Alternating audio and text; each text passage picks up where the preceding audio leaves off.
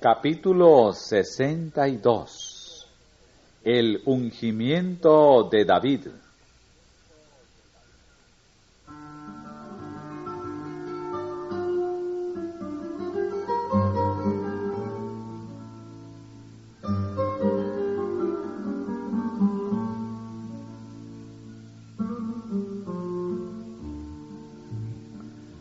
A pocas millas al sur de Jerusalén, la ciudad del gran rey, está Belén, donde nació David, el hijo de Isaí, más de 1000 años antes que el niño Jesús hallara su cuna en el establo y fuera adorado por los magos del oriente. Siglos antes del advenimiento del Salvador, David, en el vigor de la adolescencia, cuidó sus rebaños mientras pasían en las colinas que rodean a Belén. El sencillo pastor entonaba los himnos que él mismo componía y con la música de su arpa acompañaba dulcemente la melodía de su voz fresca y juvenil. El Señor había escogido a David y le estaba preparando en su vida solitaria con sus rebaños para la obra que se proponía confiarle en los años venideros. Mientras que David vivía así en el retiro de su vida humilde de pastor, el Señor Dios habló al profeta Samuel acerca de él. Y dijo Jehová a Samuel: ¿Hasta cuándo has tú de llorar a Saúl, habiéndolo yo desechado, para que no reines sobre Israel? Hinche tu cuerno de aceite, y ven, te enviaré a Isaí de Bet-Telem, porque de sus hijos me he provisto de rey. Toma contigo una becerra de la vacada, y di: a sacrificar a Jehová he venido. Y llama a Isaí al sacrificio, y yo te enseñaré lo que has de hacer, y ungirme has al que yo te dijere. Hizo pues Samuel como le dijo Jehová, y luego que él llegó a Bet-Telem, los ancianos de la ciudad le salieron a recibir con miedo, y dijeron: ¿Es pacífica tu venida? Y él respondió: sí. Los ancianos aceptaron una invitación al sacrificio, y Samuel llamó también a Isaí y a sus hijos. Se construyó un altar, y el sacrificio quedó listo. Toda la casa de Isaí estaba presente, con la excepción de David, el hijo menor, al que se había dejado cuidando las ovejas, pues no era seguro dejar a los rebaños sin protección. Cuando el sacrificio hubo terminado, y antes de participar del festín subsiguiente, Samuel inició su inspección profética de los bien parecidos hijos de Isaí. Eliab era el mayor, y el que más se parecía a Saúl en estatura y hermosura. Sus bellas facciones y su cuerpo bien desarrollado llamaron la atención del profeta. Cuando Samuel miró su porte principesco, pensó ciertamente que era el hombre a quien Dios había escogido como sucesor de Saúl, y esperó la aprobación divina para ungirle. Pero Jehová no miraba la apariencia exterior. Eliab no temía al Señor. Si se le hubiera llamado al trono, habría sido un soberano orgulloso y exigente.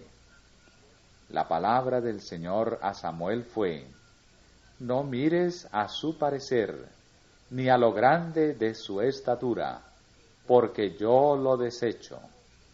Porque Jehová mira no lo que el hombre mira, pues que el hombre mira lo que está delante de sus ojos, mas Jehová mira el corazón. Ninguna belleza exterior puede recomendar el alma a Dios.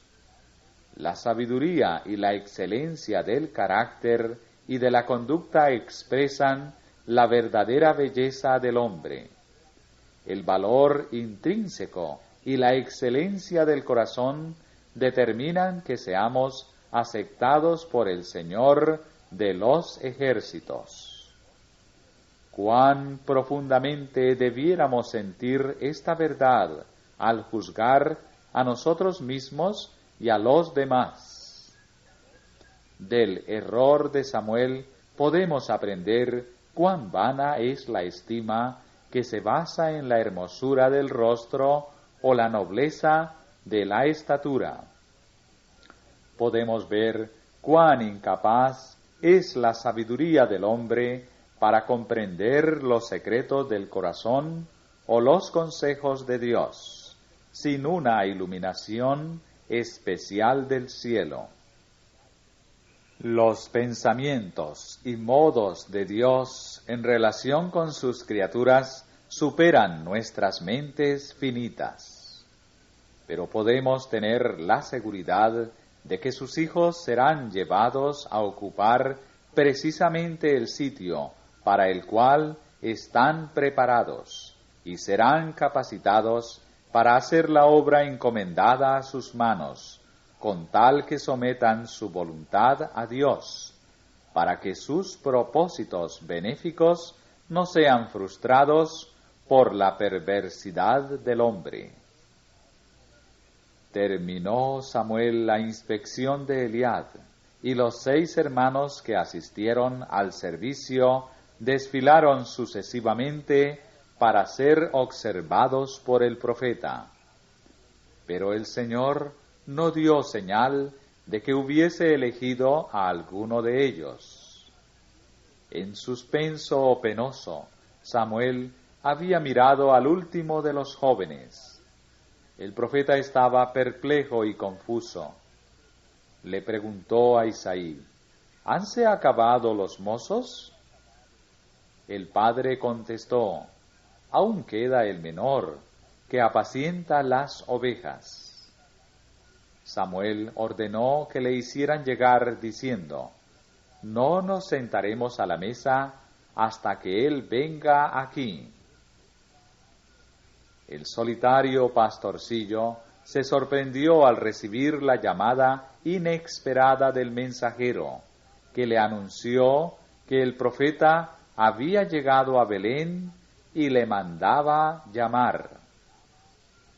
Preguntó asombrado por qué el profeta y juez de Israel deseaba verle.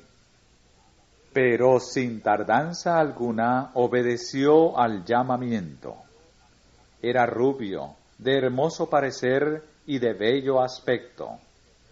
Mientras Samuel miraba con placer al joven pastor, bien parecido, varonil y modesto, le habló la voz del Señor diciendo: levántate y úngelo, que éste es. En el humilde cargo de pastor, David había demostrado que era valeroso y fiel, y ahora Dios le había escogido para que fuera el capitán de su pueblo. Y Samuel tomó el cuerno del aceite y ungiólo de entre sus hermanos. Y desde aquel día en adelante el Espíritu de Jehová tomó a David. El profeta había cumplido la obra que se le había designado, y con el corazón aliviado regresó a Rama.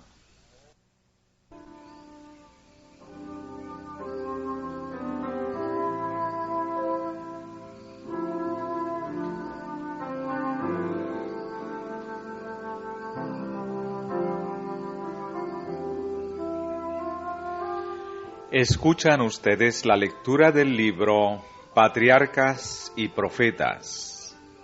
Continuación del capítulo número 62, titulado El ungimiento de David.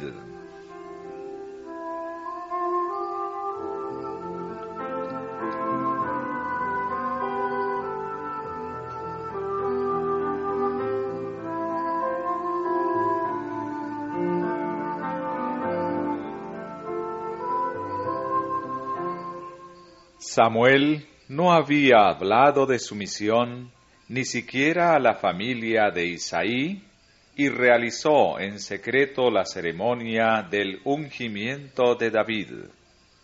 Fue para el joven un anuncio del destino elevado que le esperaba, para que en medio de todos los diversos incidentes y peligros de sus años venideros, este conocimiento le inspirara a ser fiel al propósito que Dios quería lograr por medio de su vida. El gran honor conferido a David no le ensoberbeció. A pesar del elevado cargo que había de desempeñar, siguió tranquilamente en su ocupación, contento de esperar el desarrollo de los planes del Señor a su tiempo y manera. Tan humilde y modesto como antes de su ungimiento, el pastorcillo regresó a las colinas para vigilar y cuidar sus rebaños tan cariñosamente como antes. Pero con nueva inspiración componía sus melodías y tocaba el arpa. Ante él se extendía un panorama de belleza rica y variada. Las vides, con sus racimos, brillaban al sol. Los árboles del bosque, con su verde follaje, se mecían con la brisa. Veía al sol que inundaba los cielos de luz, saliendo como un novio de su aposento, y regocijándose como hombre fuerte que va a correr una carrera. Allí estaban las atrevidas cumbres de los cerros, que se elevaban hacia el firmamento. En la lejanía se destacaban las peñas estériles de la montaña amurallada de Moab, y sobre todo se extendía el azul suave de la bóveda celestial. Y más allá estaba Dios. Él no podía verle, pero sus obras rebosaban alabanzas. La luz del día, al dorar el bosque y la montaña, el prado y el arroyo, elevaba la mente y la inducía a contemplar al Padre de las luces, autor de todo don bueno y perfecto. Las revelaciones diarias del carácter y la majestad de su Creador henchían el corazón del joven poeta de adoración y regocijo. En la contemplación de Dios y de sus obras, las facultades de la mente y del corazón de David se desarrollaban y fortalecían para la obra de su vida ulterior. Diariamente iba participando en una comunión más íntima con Dios. Su mente penetraba constantemente en nuevas profundidades en busca de temas que le inspirasen cantos y arrancasen música a su arpa. La rica melodía de su voz, difundida a los cuatro vientos, repercutía en las colinas como si fuera en respuesta a los cantos de regocijo de los ángeles en el cielo. ¿Quién puede medir los resultados de aquellos años de labor y peregrinaje entre las colinas solitarias?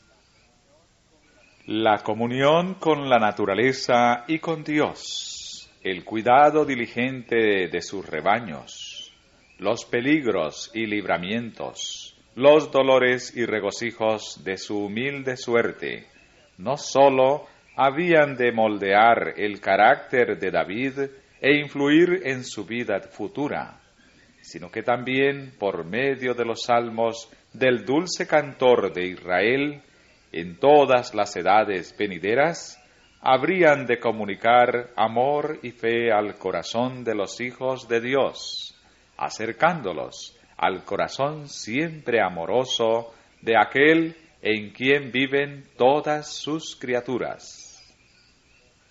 David, en la belleza y el vigor de su juventud, se preparaba para ocupar una elevada posición entre los más nobles de la tierra. Empleaba sus talentos como dones preciosos de Dios para alabar la gloria del divino dador.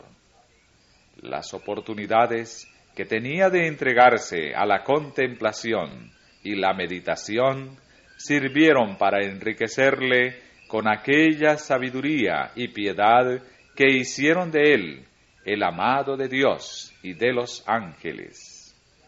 Mientras contemplaba las perfecciones de su Creador, se revelaban a su alma concepciones más claras de Dios. Temas que antes le eran oscuros, se aclaraban para él con luz meridiana.